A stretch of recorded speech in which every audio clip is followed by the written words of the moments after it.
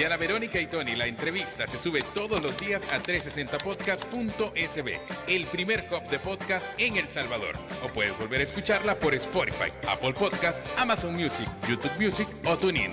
Dale clic a la campanita para que recibas la notificación. Este día en el Corre-Corre de la Mañana le damos la bienvenida a...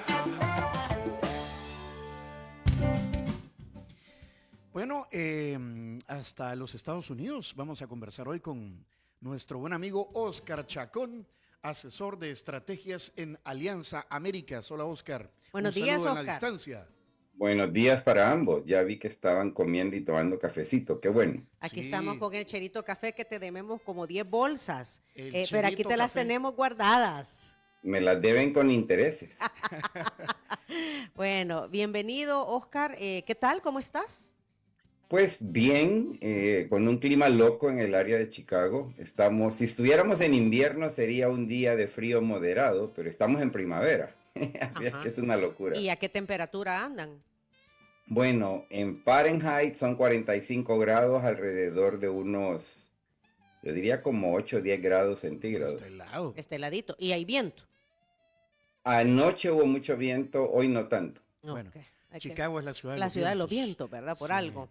Bueno, gusto saludarte, Oscar. Gracias por el tiempo para nosotros y sí. nuestra audiencia. Gracias. Y es que en el Comité de Presupuesto Ujú. de la Cámara Baja del Congreso de los Estados Unidos, 5 legisladores republicanos votaron en contra de la iniciativa de ponerle un 5% de impuesto de cobro fiscal al envío de remesas fuera de los Estados Unidos. Eso nos incluye. Por ciudadanos extranjeros desde los Estados Unidos hacia cualquier parte del mundo. Es lo que entendemos, Como Oscar. parte de un paquete de leyes que no solamente lleva esto, y hay quienes dicen que es algo temporal, que es una pequeña batalla que ha perdido Trump de forma solo por ahorita, porque esto podría tomar nuevamente impulso y afectaría el envío de remesas a nuestro país, Oscar. Pues sin duda alguna, quizás es importante compartir algunos elementos de contexto. Ujú. En primer lugar, han habido fuerzas políticas literalmente extremistas que por muchos años han afirmado, argumentado, que los extranjeros que vivimos en Estados Unidos y que enviamos dinero a nuestros seres queridos, le estamos literalmente robando recursos a la economía estadounidense. Ellos argumentan que ese dinero, en vez de enviarse al extranjero, debería de gastarse o ahorrarse en Estados Unidos. Y que cuando se envía el dinero fuera, repito, es casi como una acción deliberada de vuelo de capitales hacia el extranjero. Lo cual, insisto, es simple y sencillamente una idea absurda que ha tenido siempre la característica de ser considerada una idea extremista por muchas razones, entre ellas porque cuando un extranjero que vive en Estados Unidos o un nacional de los Estados Unidos envía dinero al extranjero, normalmente ese dinero ya pasó por varias capas de tributaciones, es decir, ya fue sujeto, ¿verdad?, a impuestos, ya estuvo sujeto a impuestos y no hay por qué ponerle un impuesto más. Porque esta es la otra parte del argumento, que si se va a enviar dinero al extranjero, debe de pasar por una tasa tributaria adicional, ¿verdad?, a la que ya la persona que está haciendo el envío ha pagado. Pero, como repito, estas ideas nunca han fructificado, en parte porque la misma industria financiera, especialmente las empresas que tramitan envíos de remesas, lo consideran esencialmente como una amenaza a su negocio. Claro. Y por supuesto también los nacionales que enviamos dinero no estamos de acuerdo con eso por muchas razones. Y los países de origen, y el caso quizás más ejemplar es México, siempre ha protestado ante la idea de un impuesto sobre remesas. Ahora, es importante entender que lo que está pasando en este momento en el Congreso es la negociación de algo que Donald Trump ha calificado como mi gran propuesta de ley, ¿verdad? Porque lo que él quiere es empacar en una sola propuesta de ley una amplia gama de medidas que se ponen juntos, ¿verdad?, en una amalgama legislativa y luego se busca aprobar por un mecanismo que no es el mecanismo ordinario en el que se aprueban las leyes, sino por medio de un mecanismo conocido como reconciliación, que en concreto, en el caso del Senado, permite que una propuesta se apruebe por mayoría simple y no por la mayoría que regularmente requieren las leyes en el Senado, y es tener el beneplácito de 60 senadores. Entonces se está tratando justamente de evitar eso. Y lo que tú mencionabas, Tony, en realidad es más allá que simplemente oponerse a este impuesto específico. Hay un pequeño grupo de legisladores ultraconservadores que en concreto han protestado porque sienten que esta gran propuesta de ley, o la bella gran propuesta de ley, como lo califica Trump, no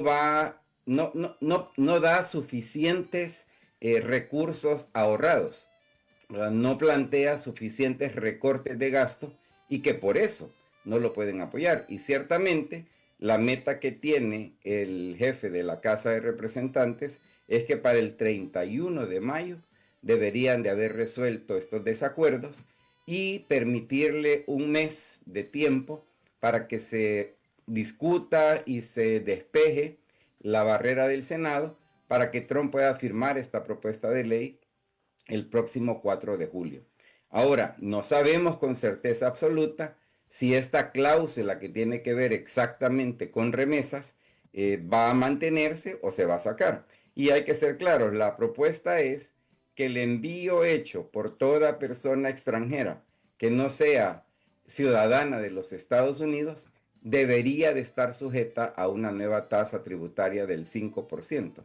Eso es exactamente lo que se ha propuesto, y esto por supuesto afectaría de manera severa a muchos países de América Latina que tienen una, no voy a decir dependencia, pero una situación muy sensible por lo que significa el ingreso de remesas en cuanto a las economías familiares en países, incluyendo a El Salvador. En el caso de El Salvador, creo que sí representaría un gran peligro, Oscar, porque este país depende mucho, o sea, la economía familiar depende mucho de la remesa familiar. En el 2024, las remesas alcanzaron un total de 8.479 millones de dólares, Sí. lo que representa un aumento del 2,5% en comparación con el 2023. Y se ha hablado siempre que las remesas que ingresan a El Salvador, Oscar, son tanto igual o mayor que el presupuesto general de la nación, ¿verdad? Entonces, es por eso que allí sí nos sentiríamos afectados, porque obviamente las personas los que trabajan en Estados Unidos y que envían remesa a El Salvador, siguen ganando lo mismo. O Claro. de repente están ganando menos o están haciendo menos trabajo. Entonces, se disminuiría no solamente por el impuesto del 5%, sino porque enviarían menos. Bueno, de hecho, quienes criticamos estas medidas por diferentes razones, estamos de acuerdo en varias cosas. Una de ellas es que esta medida en realidad es injusta desde el punto de vista del sentido común que generalmente se aplica a lo que significa las cargas tributarias. Hay un principio en la ley tributaria que es no pagar dos veces o más Doble por el tributación. mismo gasto, Ujú. ¿verdad? En este sentido, lo que hay que tener bien claro es que cuando un extranjero envía un dinerito a su familia, ese dinero ya pasó por las cargas tributarias que se imponen a los ingresos en los Estados Unidos. Por lo tanto, sería verdaderamente injusto querer cobrar un impuesto adicional porque se está enviando ese dinero. En el caso específico de El Salvador, como tú bien señalas, Diana Verónica, El Salvador tiene una característica muy peculiar que solo la comparte con muy pocos países en América Latina y en el mundo, y es que las remesas representan un porcentaje tan alto de su Producto Interno Bruto, y con frecuencia el monto total de remesas supera el presupuesto anual de gastos corrientes del gobierno. Entonces, en ese sentido, por supuesto que la remesa significa mucho más de lo que significa incluso en un país como México, donde el ingreso el año pasado solo para efectos ilustrativos, fue de casi 65.000 millones de dólares, solamente en el caso de México. En este sentido, pero claro, en México las remesas en su totalidad solo representan 3.5, 4% del Producto Interno Bruto mexicano y por supuesto no significan el presupuesto nacional de México. Claro. Pero repito, en el caso salvadoreño, para efectos ilustrativos, si este impuesto efectivamente se aprobara, significaría que alrededor de 440 millones de dólares que actualmente llegan a familias en El Salvador, ya no llegarían, porque se quedarían en gastos de 5% allá. impuestos en Estados Unidos. Ujú, exacto. Ahora, dentro del margen de maniobra que tiene Donald Trump ahora en ambas cámaras, porque el rechazo vino el viernes pasado por republicanos, Correcto. ¿verdad? Pero, ¿por qué se dice que es un rechazo temporal, Oscar, y que esto podría pasar? Es que dentro del Partido Republicano ha habido un esfuerzo enorme porque la bancada republicana se comporte de manera monolítica, ¿verdad? Y se sometan prácticamente a lo que el presidente quiere. Esta manera de pensar la defiende en la Cámara Baja, en la Casa de Representantes, el presidente, o más bien el jefe de la mayoría, pues, ¿verdad? Que es este legislador de Kentucky, se me escapa su nombre en este momento, pero él tiene la responsabilidad de alinear a cada votante republicano en la Casa de Representantes para apoyar la propuesta. Y aquí lo que ha sucedido, hablando de un buen salvadoreño, es que se salieron del huacal varios legisladores, ¿verdad? Que en concreto protestan porque no sienten que esta propuesta de ley se apegue a verdaderos principios conservadores. Hay que recordar que los legisladores ultraconservadores lo que quieren es reducir drásticamente el gasto público y de esa manera, alegan ellos, reducir el déficit fiscal que Estados Unidos sigue acumulando.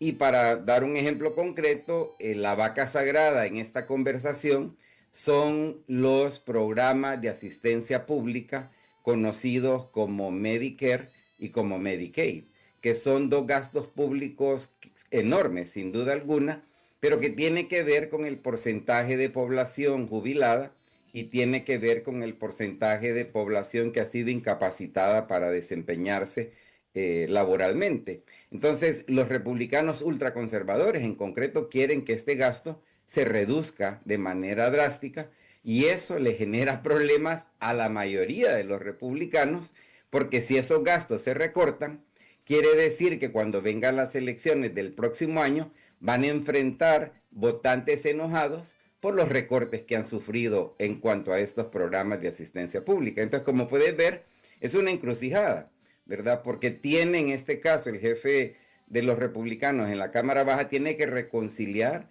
los diferentes puntos de vista y lo que dijo esta mañana es que han avanzado en tratar de encontrar un acuerdo, pero que no han en sí llegado todavía a un acuerdo, pero que él espera que en los próximos días van a poder ponerse de acuerdo las diferentes facciones dentro del Partido Republicano.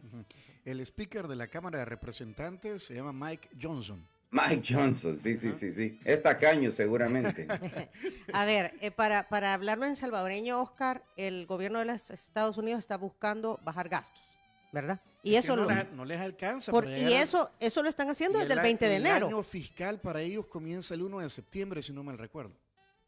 Bueno, hay que recordar para el público que nos escucha que estamos operando hasta este día con un gasto corriente temporal, porque el presupuesto del año actual nunca se aprobó.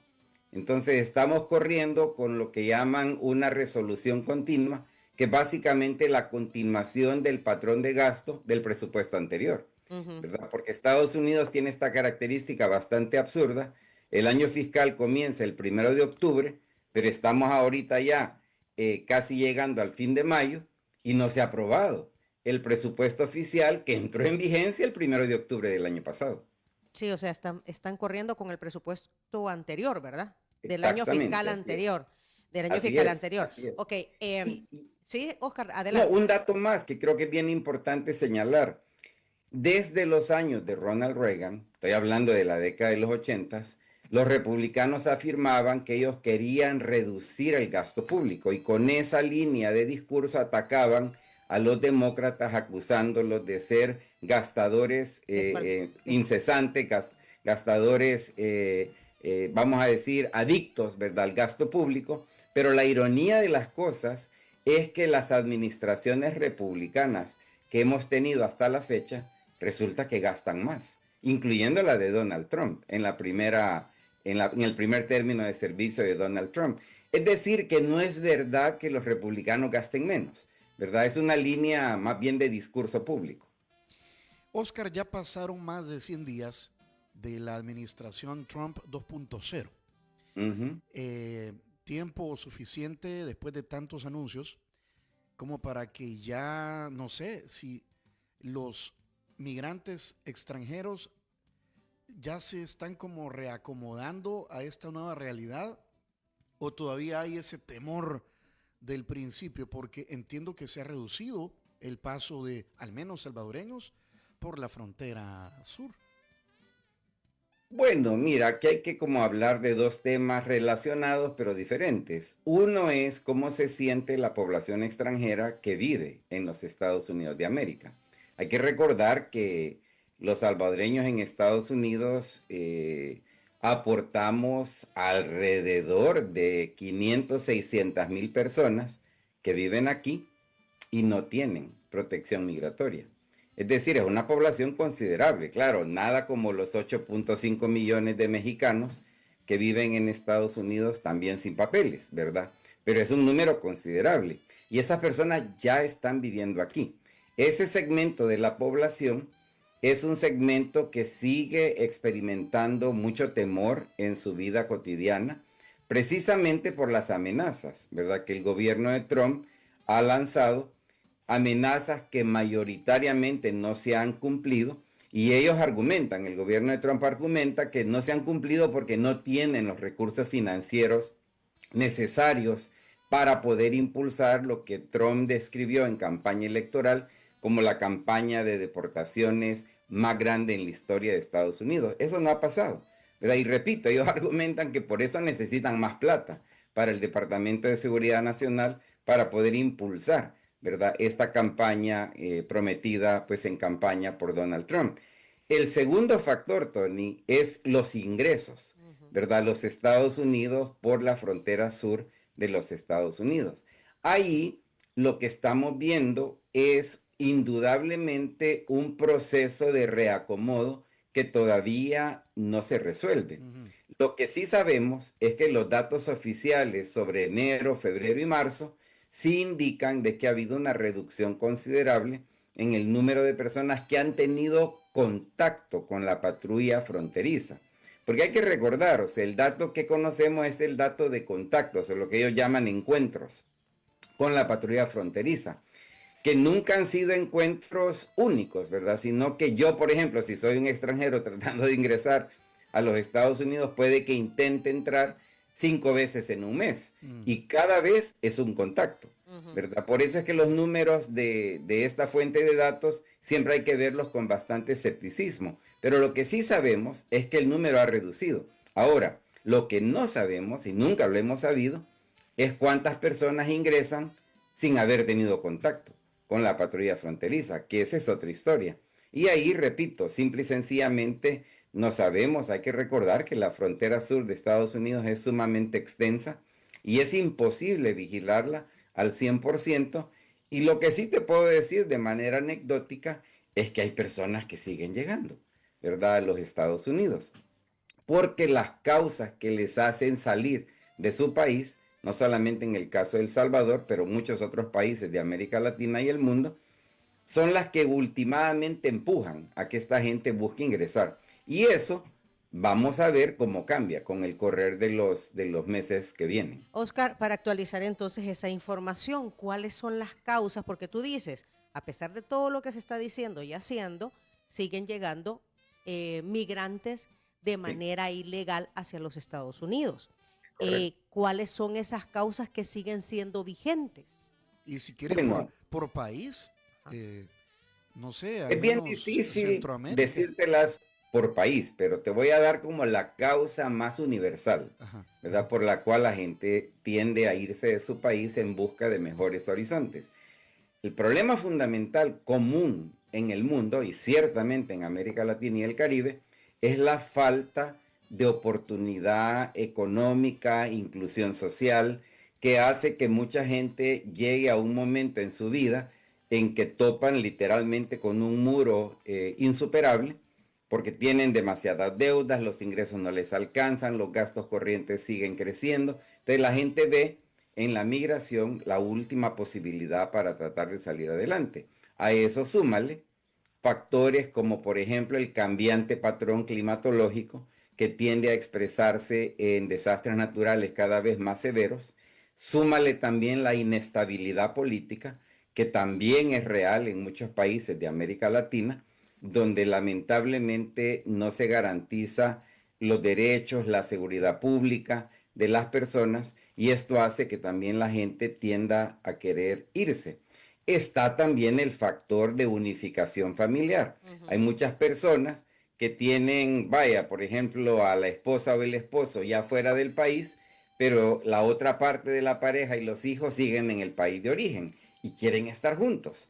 Entonces, muchas veces, si no hay una manera legal, una manera autorizada de que esta migración suceda, también esto se suma al combo de factores que tienden a terminar últimamente en que la gente decida irse, aunque sea de manera no autorizada, aunque sea embargando lo poco que tienen para poder pagar, ¿verdad? Porque hay que recordar que estos costos son elevados. Claro, Oscar, en la reunificación familiar no va a parar definitivamente, ¿verdad? Eso es un tema de, bueno, ni hacia los Estados Unidos ni hacia cualquier parte del mundo.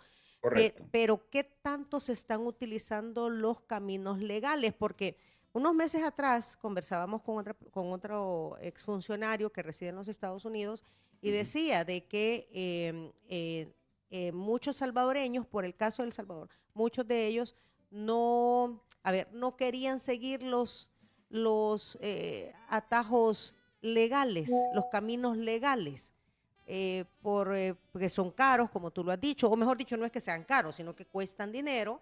¿verdad? Y toman más tiempo. Pero esa es una solución buena en el sentido que si migras por reunificación familiar, en algún momento lo podés lograr y no someterte a situaciones irregulares como si lo haces de manera irregular. ¿Qué tanto esto está cambiando en ver la migración para reunificación familiar, pero de manera legal? Es que fíjate que yo por lo menos después de más de 40 años trabajando en estos temas, te puedo decir con absoluta certeza que nadie vive sin papeles en Estados Unidos o ingresa sin permiso a Estados Unidos porque eso es lo que prefieren, ¿verdad? Yo estoy convencido que si los caminos para la migración autorizada fueran verdaderamente amplios, accesibles en cuanto a costo, la gente por supuesto que optaría por estas maneras de hacerlo. El problema que tenemos es que en primer lugar las leyes existentes en este momento para efectos de reunificación familiar, que son leyes a las cuales el grupo de personas que apoyan a Donald Trump están absolutamente en contra, porque ellos creen que las leyes que tenemos son demasiado generosas y no restringen suficientemente la migración, porque al final de cuentas de eso se trata, ¿verdad? El grupo de Claro, gente que apoya a Trump lo que no quieren es que más gente venga a Estados Unidos, no importa cómo, pero que menos gente venga a Estados Unidos, que es una aspiración absurda, pero bueno, eso es, digamos, tema aparte. Las leyes actuales hacen bien difícil, ¿verdad? Que las personas realmente puedan acceder a caminos autorizados para conseguir que sus familiares ingresen.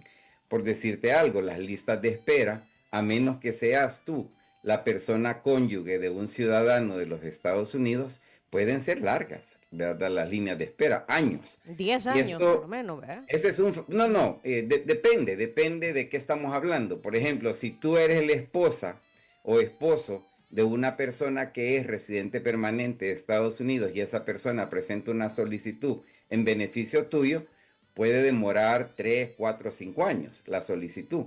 Si estamos hablando de tus hijos menores de edad, igual también puede demorar, porque todo esto está organizado en un sistema conocido como preferencias, pero al final de cuentas, también el grupo total de preferencias está también sujeta a algo que se conoce como la cuota anual para un país como El Salvador, Exacto. ¿verdad? Que anda en alrededor de 20, 25 mil visas al año. Entonces, claro, esto significa de que cada año, entre más solicitudes se presentan, más larga se vuelve la lista de espera. Insisto, la excepción es el caso de una persona ciudadana de los Estados Unidos que está tratando de traer, vaya, a su cónyuge, por decir algo, ¿verdad? O a su prometido o prometida. Eso puede ser diferente. Luego está el tema de los costos, que ciertamente es real, ¿verdad? Los costos son elevadísimos. O sea, las solicitudes de residencia permanente ya andan llegando a $1,000 por solicitud. Entonces, si tenés 3 o 4 solicitudes que presentar y tus ingresos son relativamente bajos, te va a costar. A estos sumarle también los requisitos de capacidad financiera. Una persona que presenta una solicitud de visa para un familiar tiene que demostrar que tiene suficientes ingresos para sostener a esa persona en Estados Unidos, que también puede ser un obstáculo. Entonces, como digo, tú puedes tener una ley que en teoría te permite que vengas a Estados Unidos con una visa, pero con todas estas trabas que he mencionado, en la práctica no funciona de esa manera.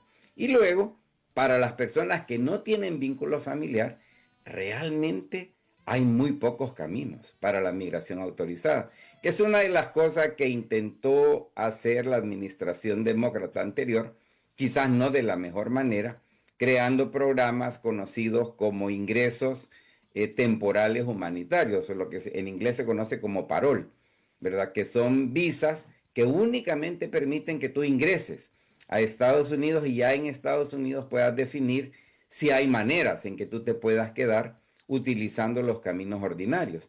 En pocas palabras, el sistema migratorio que tenemos no es ni el más generoso en cuanto a permitir la migración, ni el más accesible. Porque, insisto, el criterio dirigente de la ley actual, que fue aprobada en 1996, más bien es restringir la migración y luego, por supuesto, demonizar, ¿verdad?, a quien incumple la ley y catalogarlos incluso como criminales. Tú hiciste mención de la prohibición de 10 años. Esa es una prohibición que la ley actual también impone. Si yo, por ejemplo, me caso con una residente permanente y la residente permanente presenta una solicitud en beneficio mío, pero como yo estoy sin papeles en Estados Unidos y tengo años de estar sin papeles, tengo que enfrentar la penalidad de 10 años de ausencia obligatoria de los Estados Unidos antes de yo poder reingresar. Eso sí, conlleva a que muchas parejas, donde hay ya sea una ciudadana o un residente permanente, que es lo más común, claro, mejor dicen, no, pues para que yo me quede sin mi esposa y mi esposo por 10 años, pues mejor ni lo solicito. ¿Qué tanto la narrativa amenazante de Donald Trump o de otros funcionarios, Kristi Noem, la secretaria de Seguridad Nacional, con imágenes del Secot detrás de ella, ¿verdad? Y toda esta narrativa pesa a la hora de, porque ya lo decías tú hace unos minutos, o sea, si bien es cierto, son distintas las circunstancias que mueven a alguien a jugársela cruzando la frontera, siempre es más fuerte eso, siempre, pues sí, allá está el dinero, allá está la mejor económica, allá está mi familiar. Sí, Tal mira, vez se ha reducido, pero siempre sigue pasando gente. es Como tú que dices, yo creo que lo que no ha entendido Estados Unidos en el caso del continente americano, y yo aplicaría la misma lógica a la mayoría de países europeos, eh, aunque claro, el caso de Europa es diferente porque una ironía grande es que Europa no tiene problemas con población sin papeles, como sí los tiene Estados Unidos. y eso es otra conversación, ¿verdad? Pero Ajá. mira, lo que no hemos entendido es que si a un país determinado, a una sociedad determinada, le negamos condiciones mínimas de bienestar general, eso se convierte en un factor clave de presión para tú querer irte y buscar mejores oportunidades en el extranjero. Yo ya lo he mencionado en este programa y lo he mencionado en muchos otros espacios. Hay una diferencia tajante entre Costa Rica, por un lado, y El Salvador, Honduras, Guatemala, incluso Nicaragua, por el otro, ¿verdad? Simple y sencillamente no hay migración costarricense no autorizada. O sea, no vas a encontrar un costarricense queriendo ingresar sin papeles a Estados Unidos, por lo menos hasta este día, ¿verdad? Es prácticamente un fenómeno inexistente. ¿Cuál es la diferencia, verdad, entre Costa Rica y sus vecinos? La diferencia es la trayectoria recorrida a lo largo de los últimos 50, 60, 70 años. O sea, los ticos decidieron hace un buen rato que no importa quién llegara al gobierno, se le iba a garantizar a la sociedad tica condiciones de bienestar social, económica, condiciones de infraestructura básica universales. Y esto se acompaña también de una narrativa donde el tico no ve su futuro en el extranjero, ve el futuro en Costa Rica. Y esto te lo digo, yo lo he comprobado anecdóticamente en varios viajes que he hecho a Costa Rica y de forma deliberada he hecho giras en zonas rurales de Costa Rica, hablando con gente joven, y nadie te dice que su sueño es irse para Estados Unidos, ¿verdad? Entonces, lo que tendríamos que ver es cuál es esa trayectoria recorrida y ver si realmente la podemos aplicar. Yo lamento decirlo, pero creo que hasta este día gobiernos como el de El Salvador, y no lo digo solo por el gobierno actual, sino los gobiernos que hemos tenido las últimas décadas, al igual que en Guatemala y en Honduras, simple y sencillamente no hemos hecho las decisiones correctas en el ámbito de política pública que nos pusieran en una lógica más parecida a la de Costa Rica que en la que verdaderamente hemos estado. Sí, el tema de la inversión social. Eh, Oscar, por otra parte, decías tú, hay una narrativa, se están dando situaciones para evitar la migración de manera irregular. Pero también ahí vemos imágenes o reportajes periodísticos en donde se habla de muchas tareas para las cuales necesitan mano de obra y no la tienen en Estados Claro. Unidos, sino es a través de los migrantes, Sí. ¿verdad? O en buena parte, mejor dicho, de los migrantes. Entonces, esto no debería de hacer repensar las cosas en ese ámbito. Pues mira, eso es lo que hemos estado diciendo personas como yo, ¿verdad? Y muchos otros que abordamos estas temáticas desde una perspectiva de soluciones prácticas, soluciones de sentido común, que pudieran ser beneficiosas tanto para el país de origen de las personas extranjeras como de los mismos Estados Unidos. El problema es cuando tú estás hablando con gente que lejos de ver los datos, lejos de ver la evidencia, lejos de ver las tendencias demográficas, se dejan regir por criterios 100% ideológicos. Mira, hay personas en Estados Unidos ahora que están en posiciones de altísima influencia, que están absolutamente convencidas de que ninguna persona que no sea un blanco europeo merece venir a Estados Unidos. Ahora, es una idea completamente imbécil, o sea, es una idea completamente absurda, ¿verdad? Porque la triste realidad es que no hay europeos interesados, ¿verdad?, en venir a vivir a Estados Unidos. Entonces, esto choca con la realidad. La realidad, como tú lo has señalado, incluso fíjate que a mí me pareció tan, pero tan negligente en el debate electoral del año pasado, se le culpaba enormemente a Joe Biden por ser, entre comillas, responsable de que tantas personas hubieran llegado, hubieran ingresado incluso a Estados Unidos a partir del año 2021. sin hacer ninguna referencia a dos factores claves. Lo primero es el impacto de la pandemia en economías latinoamericanas, incluyendo la de El Salvador, pero también por el otro lado el fenómeno súper interesante que sucedió en Estados Unidos, y es que la pandemia, lejos de eliminar empleos, generó millones de empleos que necesitaban que alguien los ocupara. Y en este sentido, lo que se da en la práctica es una convergencia de un ingreso de extranjeros más numeroso con un mercado laboral robusto que crea millones y millones de empleos que efectivamente mucho estadounidense no le interesa hacer. Y hay sectores claves de la economía que dependen enormemente de la mano de obra extranjera. Pero te repito, es bien difícil llegar a soluciones sensatas cuando yo te digo, mira, el caballo de Napoleón es blanco, y tú me dices, no, el caballo de Napoleón es negro. Pues sí. Nos quedan 2 minutos, Oscar, dice la producción, por los tiempos de los cortes comerciales. Claro. ¿Qué va a pasar entonces con la remesa? ¿Cuál es la siguiente fecha clave o decisión clave a la que hay que estar atentos? Hay dos factores. Lo primero es si van a eliminar cláusulas, como por ejemplo la cláusula que busca imponer un nuevo impuesto a las remesas que se envían desde los Estados Unidos. Y lo segundo, supongamos que no lo logran eliminar del megapaquete legislativo que están negociando, habrá que estar atentos de si efectivamente este paquete se logra aprobar como quiere Mike Johnson para el 31 de mayo en la Casa de Representantes y para el 30 de junio en el Senado de los Estados Unidos. Si efectivamente se aprueba, pues obviamente vamos a enfrentar un nuevo régimen a partir de enero del próximo año, porque entiendo que la fecha vigente para estos cambios sería el principio del próximo año. ¿Cómo es que le llama? One Big Beautiful Bill. Sí, exactamente, así es.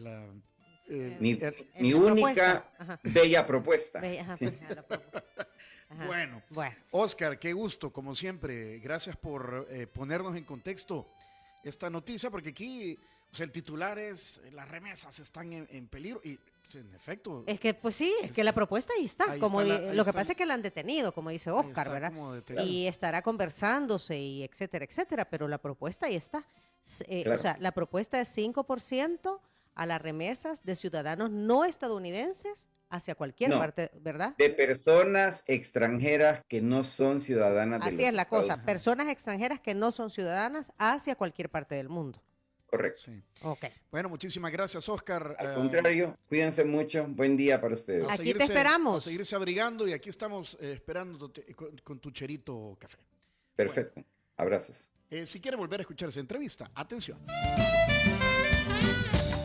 Si quieres volver a escuchar esta entrevista, ingresa a 360podcast.sb, el primer hub de podcasteros salvadoreños. Sigue a Diana Verónica y Tony la entrevista en Spotify, Apple Podcasts, Amazon Music, YouTube Music o TuneIn.